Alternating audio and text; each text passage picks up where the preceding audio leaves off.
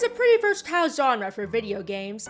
There are lots of ways you can make a game scary, and it can even draw out other emotions from the player too. Which is why I want to talk about Theresia, a point-and-click horror adventure. There are two stories in this game. The first one is called Dear Emile, and once you complete that, you'll unlock Dear Martel. I'll mostly be talking about Dear Emile, the main campaign, but I'll also talk a bit about Dear Martel too.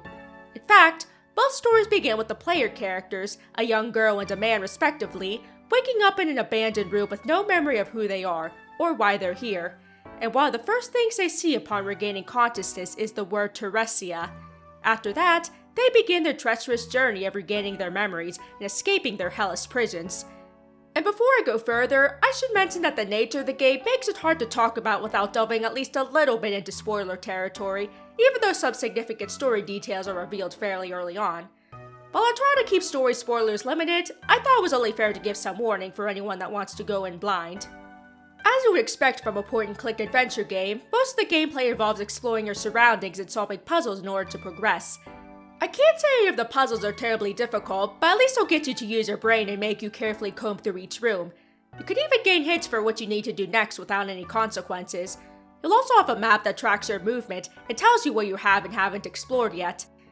As you make your way through your enormous prison, you'll come across scraps of paper like a breadcrumb trail that will gradually restore your memories. It reminds me a bit of the game Amnesia in that regard. There are no enemies in the game that you need to fight or escape from, or even other characters to interact with, which adds to the unnerving atmosphere.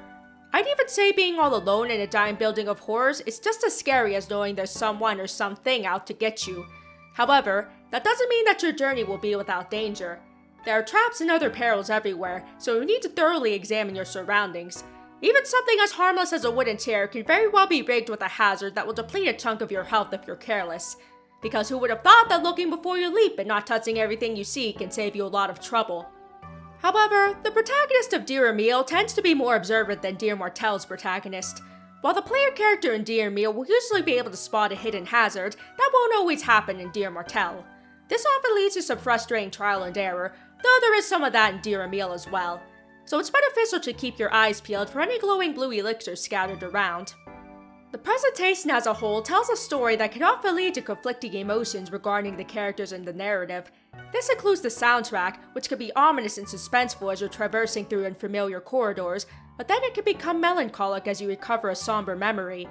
The graphics as you walk through the passageways aren't much to look at. However, the artwork used for exploring rooms and experiencing flashbacks make up for this. Oftentimes the rooms you have to search through are depicted as hauntingly lonely and abandoned, which is sometimes supplemented by grotesque descriptive text. It doesn't help that the only other people you find in the building are corpses. However, there are also instances where the haunting and lonely environments are beautiful and sad, as opposed to creepy. Sometimes there's even a bit of both. Cutscenes are usually presented through still images, with a couple of short animated scenes in between. The illustrations and text descriptions can range from sentimental, to terrifying, and even downright depressing. I also like how the characters are depicted without their eyes being visible. It's quite creepy, and gives them an almost ghostly appearance. As I said earlier, the game's storytelling often evokes conflicting emotions from the player. For example, one passage you'll read about is how Dear Emile's player character finds comfort in carnage and gore, because it reminds her of her mother. And then you'll see a picture of said mother in a scene of tenderly motherhood in an almost angelic light, along with comforting music. It's not long before you learn that the protagonist's mother wasn't a good person. In fact, she was a very violent and even sadistic woman, and seems to have passed on her macabre tendencies to her daughter. And yet, the motherly images you see of her and her infant child look nothing short of genuinely loving and comforting. You might even say that they look like an idealized depiction of a mother and motherhood. Before long, you'll almost certainly feel a combination of repulsion, sympathy, and fear for the mother and daughter. All of this is wrapped up in the theme of love that's prevalent throughout the game. It begs the question as to whether or not selfishness and love can cross paths, and if very selfless actions can redeem a person's horrible choices that they made in the name of love, if that's what you can call it. The narrative gives the game a disturbing and emotional kind of horror, as opposed to outright scary and terrifying, but does it quite effectively. Lengthwise, Dear Emile is about 8 hours long, which is quite a bit of time for an adventure game. The pacing might even be a bit slow for some people, especially with all the backtracking involved. The backtracking can be really tedious as well with how long the corridors are. Sometimes you'll have to travel pretty far to your next destination too, which which could be a real pain.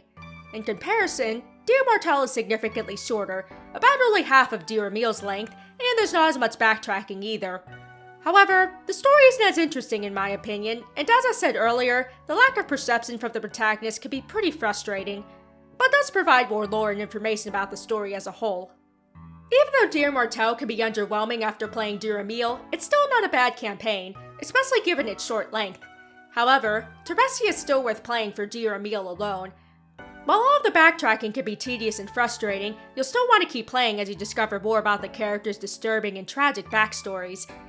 The journey is unnerving, and its use of imagery and sound can bring out all sorts of emotions at once.